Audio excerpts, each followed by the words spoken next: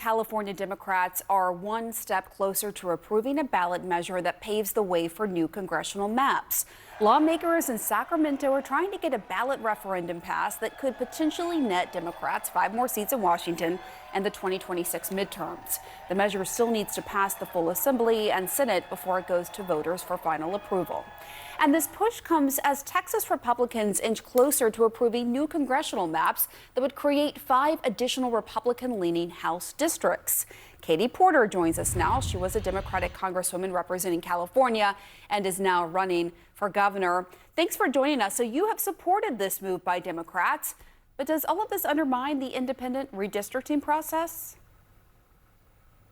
Absolutely not. As I'm traveling the state running for governor, what I'm hearing over and over again from people is that they want California to push back and be a check on Donald Trump. They want someone who's going to fight for and protect our democracy. And that's exactly what California is doing here. We are using democratic tools, putting this directly to the people of California, giving them a say about whether or not they want to redraw these maps because of what to the undemocratic extreme action of a gerrymandered Texas legislature that's now going to act to even further gerrymander congressional districts.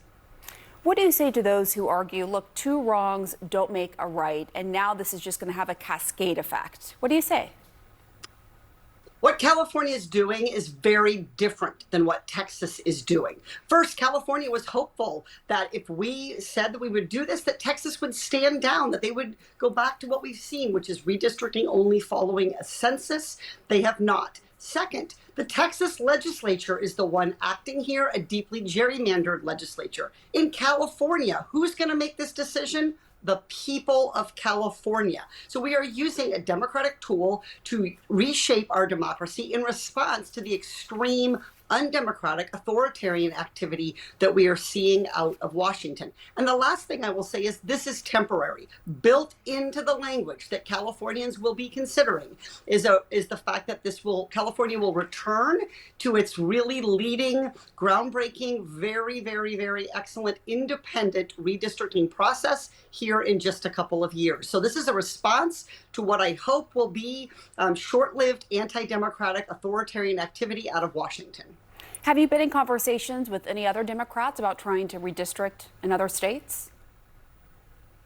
I have not talked to them about that, but I have had a lot of people in California ask me about this. Everything from people that I'm talking to when I'm shopping for groceries to other elected officials. I think that we are going to see a lot of other states have to think about what to do. I think what Texas and what Trump has pushed Texas to do here is to set off what could be a whole rash of changes in how we vote. We're already seeing Trump step up this game and now attack mail-in voting, which is widely used in California. 81% of Californians voted by mail in our last election. And now we're seeing Trump try to attack mail-in elections, vote by mail. So I think we are going to have to see other states try to consider what to do if Trump is going to continue to fundamentally attack our democracy. Which other Democratic-controlled states would you want to see take on this effort? Well, I think every state, not just democratically controlled states, ought to be stepping up in this moment. I think we're seeing some real bravery coming out of folks in Texas who are saying, we don't want to do this. We're seeing legislators try to push back. We're seeing citizens of Texas try to push back. And so I would love to see other states, all states, step up in this moment and try to have independent redistricting commissions, which most of our gerrymandered states, obviously, they do not. So there's an opportunity here, not just to do what California's done, but for lots of states to actually stop gerrymandering and move toward an independent redistricting commission, which is still the gold standard of how to do this. California is not backing away from what we have done. We are keeping that system. This is a short-term response to an emergency, to a crisis of democracy that's been provoked by Donald Trump and Republicans. I want to play for you what one California Republican assemblyman had to say about this.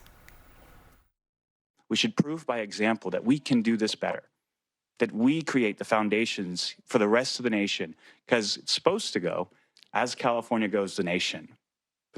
We've lost that. And that's what we've seen and heard today. I mean, we can't even read our own bill, but we'll decide to present it and vote on it too.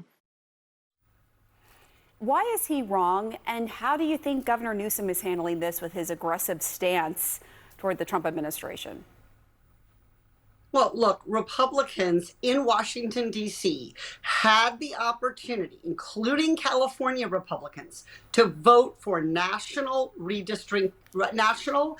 independent redistricting commissions. H.R. 1, the For the People Act, when I was in Congress just a few years ago. And you know how many Republicans voted for that bill? Zero. None. We had the opportunity in Congress for Republicans, including California Republicans, to say, we think independent redistricting should be adopted in every single state in this country, with each state doing their own independent, nonpartisan redistricting process. Republicans oppose that. So it is incredibly hypocritical for them to now act like they are some champions of a system that they refused to support and put in place. And had that bill passed, we wouldn't be seeing Texas do what it's doing right now, and we wouldn't be seeing the response from California that we're seeing. As I'm traveling the state as governor, talking to people, whether they've agreed with everything about Gavin Newsom or not, they are glad he is fighting back. I think Americans want a check on President Trump, including some people I've talked to who voted for President Trump, but they think he too must follow the Constitution. He too must obey the law, and they understand that this 2026 congressional election is our chance, our only chance in the next 2 years, to put a check on President Trump's effort to trample our Constitution. All right, former California Congresswoman Katie Porter, thanks so much.